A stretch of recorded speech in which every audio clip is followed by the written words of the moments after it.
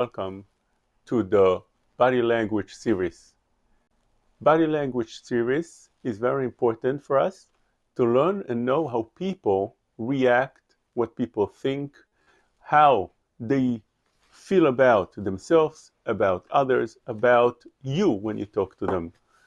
Those things usually they don't express verbally, but rather you can see the expression in their face, in the way they sit, in the way they stand, in the gestures they make. Today we'll see something that can teach us from the parasha of how people think and feel about each other when they feel good and when they feel bad, their gesture, the body gesture, the way they stand, the way they face each other. It says in our parasha, parashat Terumah, והיו הקרובים פורסי כנפיים למעלה, שוחחים בכנפיהם על הכפורת, ופניהם איש אל אחיו, אל הכפורת יהיו פני הקרובים. Which means, the קרובים with the two shapes on top of the Aron HaKodesh, there would be a kaporet, and on top of the kaporet would be two kruvim, two shapes. Chachamim say that those two shapes were shapes of a man and a woman, or babies. The Torah says, the parasha says, that they would face each other.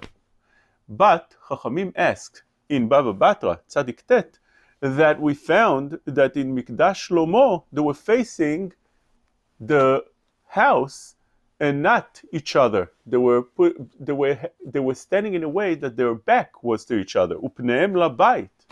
So Chachamim answer and they say the difference is that kan she'osim retzono shel makom vekan she'en osim retzono shel makom. Which means those two kruvim come to represent the relationship of HaKadosh Baruch Hu with Am Yisrael. Just like when you have a man and a woman, so HaKadosh Baruch Hu is over here, is a parable to what the kruv of the man tries to represent, and Am Yisrael is the kruv of the woman that is represented. And therefore, over here in our parasha it says that when you make those two kruvim, you should make them in such a way that they face each other. Why? That shows a warm relationship, a close relationship, a good relationship, a loving relationship.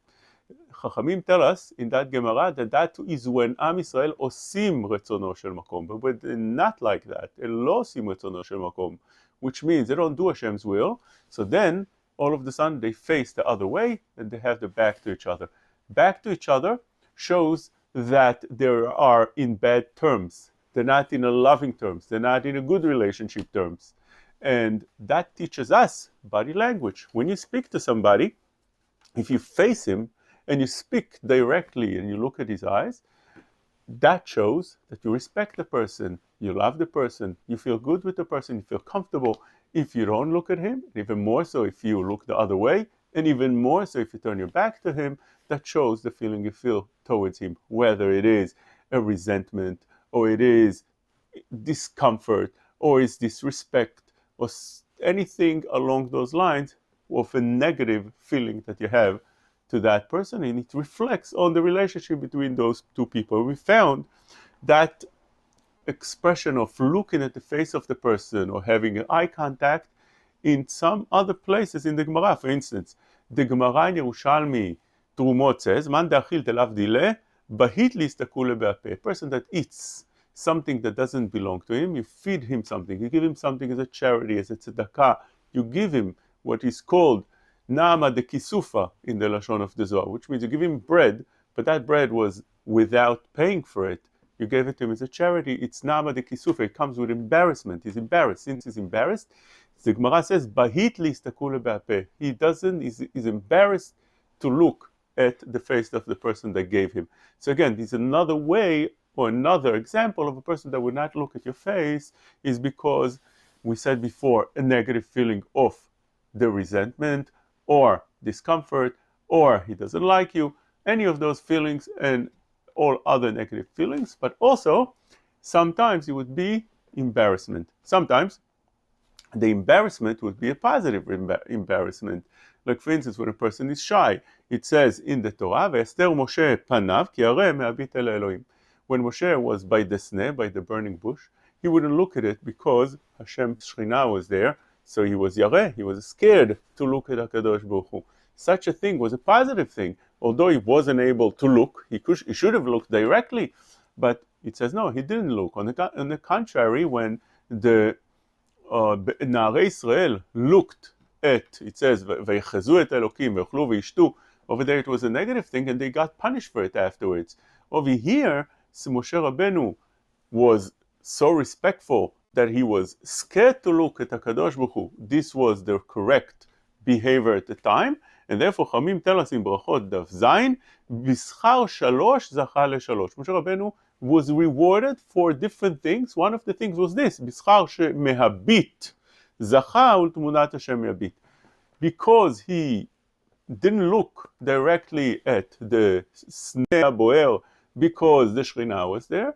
Because of that, it said afterwards, ultmunat Hashem yabit. He was able to look at the Kadosh Baruch Hu, so to speak. HaKadosh Baruch Hu doesn't have a shape, but it means on the spiritual level, ultmunat Hashem yabit. So you see, sometimes not looking, as the Ramban says in the Igeret Ramban, when you speak to somebody, he says that it's a nice and humble thing that when you don't look directly at his eyes, okay, it's a madrega of being humble, of tzniut, of anava. But normally when you don't look at somebody, or if you don't face him, or you look the other way, or to the side, usually it represents a negative feeling you have to him, or the relationship. It expresses what the relationship between the two are. It says also, V'ra'ita et Horaa upanai lo yir'u, which explains also that when we're speaking about HaKadosh Baruch Hu, panai lo yir'u, that's the way it should be. But when a person wants to learn, for example, it's another example, a person wants to learn from somebody, looking at him is very, very important. It says, first of all, if you want to learn from a Rabbi, look at him. Why is that?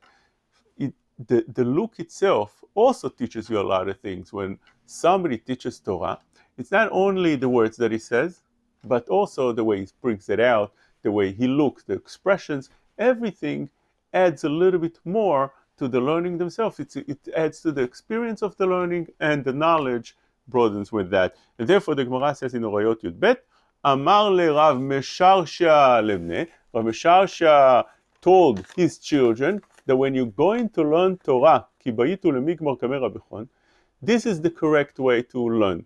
Girsu meikara v'adar ulu kamei rabechon. First learn the Gemarot you're planning to learn from your Rabbi, come prepared.